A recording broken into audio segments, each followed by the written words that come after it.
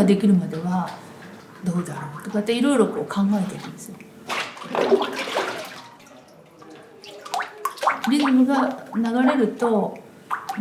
そんなにいろいろ難しいこと考えてないですね。割り方頭リラックスして違うこと考えてます。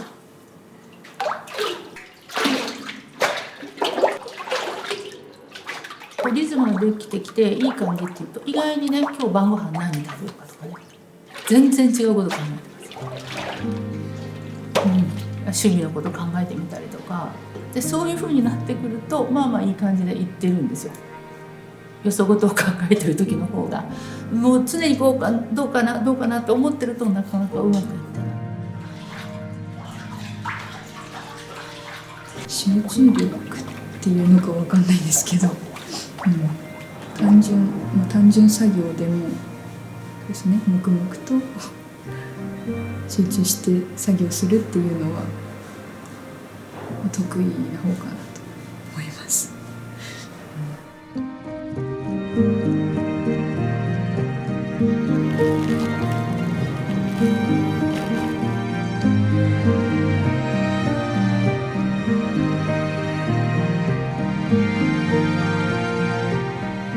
谷野博子と申します。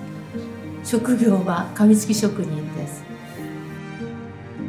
23歳の時に東京に上京してきて、勤めていた会社が埼玉県に支店を作るということで埼玉県に住むことになったんですね。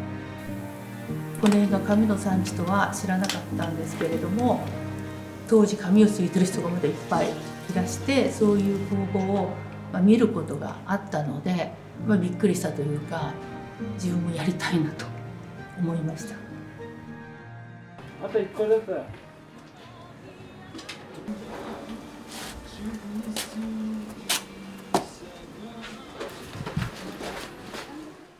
埼玉県立大宮光陵高校の非常勤講師してたんです。その時の教え子ですね、彼女が。書道家にいたんですけど、その紙の勉強を教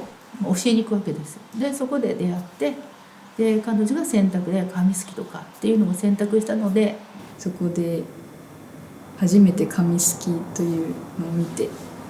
そこでかっこいいなって思って、自分も職人になりたいって思ったのがきっかけです。手すき和紙谷の内藤まなみと申します。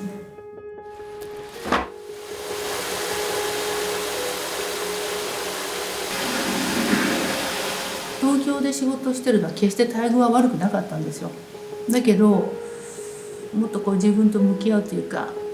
のんびりと生活ができるのかなと思って、職人の世界に飛び込んだんですけど、この辺りが紙の産地とは知らなくて、で職人になりたいというよりも、最初和紙の工房を見た時に中で職人さんが紙をこうすいてるわけですよ。でそれが非常に綺麗で、こういう仕事をしてみたいなと。最初は和紙に惹かれたんじゃなくて、こう職人の紙すき姿に憧れたんですよ。そのしていた仕事が、こう正社員とかではなくて、パートというかフリーターみたいな、そんなことしてたので、友達とか久しぶりに会った友達とかに「仕事どう?」とかって聞かれて、あんま言いたくないみたいな、会社員としてこうスーツ着てこうパソコンをいじってとかっていう仕事は考えられなくて、こういう自然と向き合ったりとか、こう手作業っていうところに関しては好きなところというか。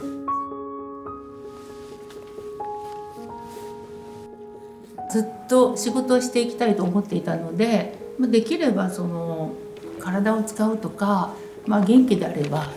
何歳でもできるような仕事、そんなことを当時思ったんですね。アイディア次第でいろんなものになっていくので、なんかすごい可能性のある素材だなっていうのはすごい思いますね。なんかすごい複雑な形の照明をやったこともありますし、なんか衣類とか食器とかになったり、こう和紙を小よりにして編んでこう印鑑ケースを作ったこともあるんですけど、そういったなんか紙としてじゃなくて、なんかこう形になったのを見るのが面白いというか。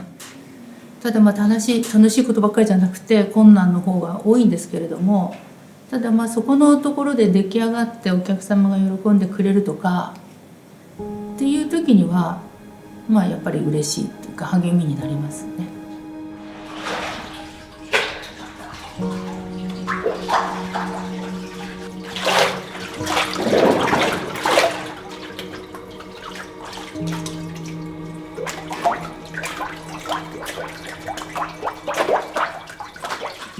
紙すきにもやっぱ難しい部分というか、水の動きを見てやっぱ厚さのことを考えてますね。100枚だったら100枚同じ厚さで均一にすき上げるっていうのはやっぱまだ難しくて、常になんかこの厚さでいいのかなって、大丈夫かなって思いながらついているので、先生も言ってたんですけど、なんか別のことを考えながらすけるとなんかいい紙がすけるよっていう風に教えてもらったこともあって、あんまりこうなってると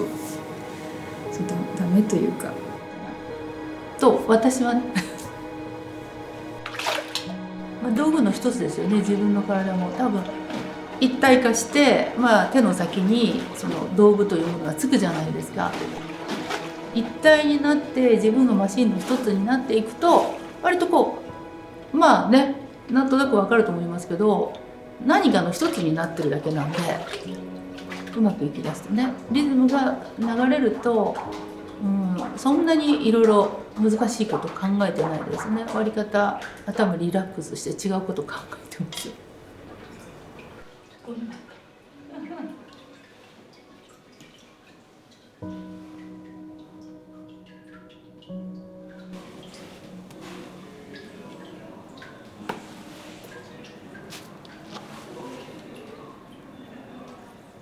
あとはいろいろなご注文をいただくんですけど、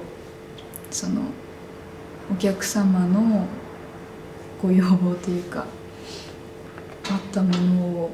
こう一からこう考えてどうしたらいいんだろうって、そういうのは難しいなって、思いますね。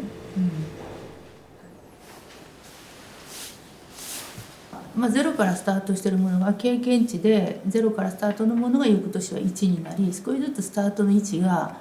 高くはなっていくんですけど、でも新しいお客様と出会うとやっぱりそこはまっさらのスタートになるので、全く一緒で自分に自信がないというか、自信を持ってなんかやれてないこともあるので、自信を持ってこう対応できるような職人になりたいなとは思いますね。いくつになっても解決しないですよ。で毎年同じことやってるわけではないので、日々毎回違うと、試行錯誤ですよね、いつもね。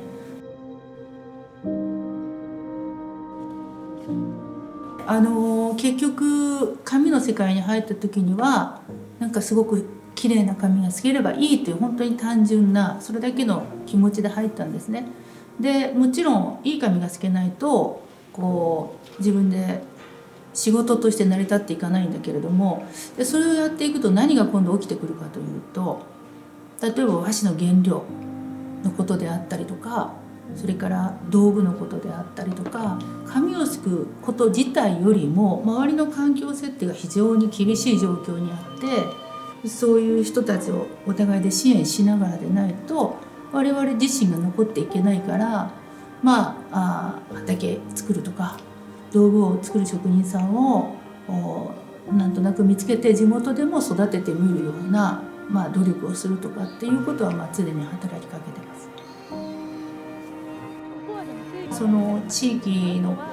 文化のために貢献しようという企業であったりとか、本当に一般の人であったりとか、学校の先生方であったりとか、地域活動という意味では一緒に巻き込んでいかないとダメなので、障害学習の一環として紙作りやるとか、自分がビジネスとしてやっていく部分とは別にエデュケーション、教育の部分としてもやはりそこはそこでやりながらつながっていってるので、自然と手伝ってくれてる人が増えてはきてるかな。この渦巻きがですね、いろんな人をまた巻き込んで、地域の学校の先生とか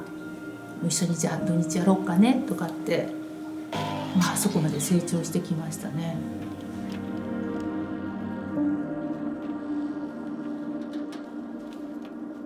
後継者育成、日々目の前にあることをこなすことで精一杯になってしまっていて、そう考えられてない状態なんですけど、こういう取材とか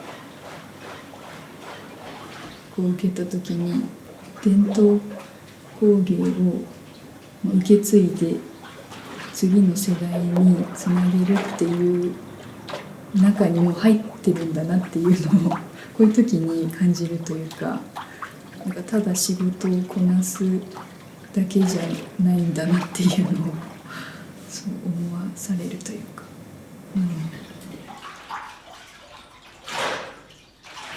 ここに入ってきて感じたことでもあるんですけど、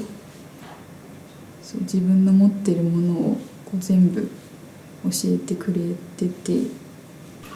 結構来るものを拒まずみたいなところが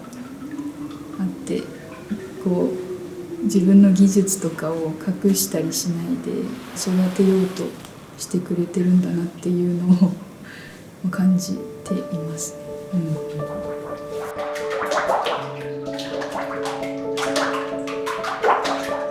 循環ですよね。だから私もこの年になってきたんで、20歳代にお世話になった人にも会えない、遠くて会えない場合もあるし、実際亡くなられて会えない場合もあるじゃないですか。お返しできないでしょ。だから今のこれからの次に出会う人たちに返していくっていうことの繰り返しだと思うんですよ。その受けてくれた子たちはまた次の人たちに返していけばいいわけだから、でもそういうことだと思うんですけどね。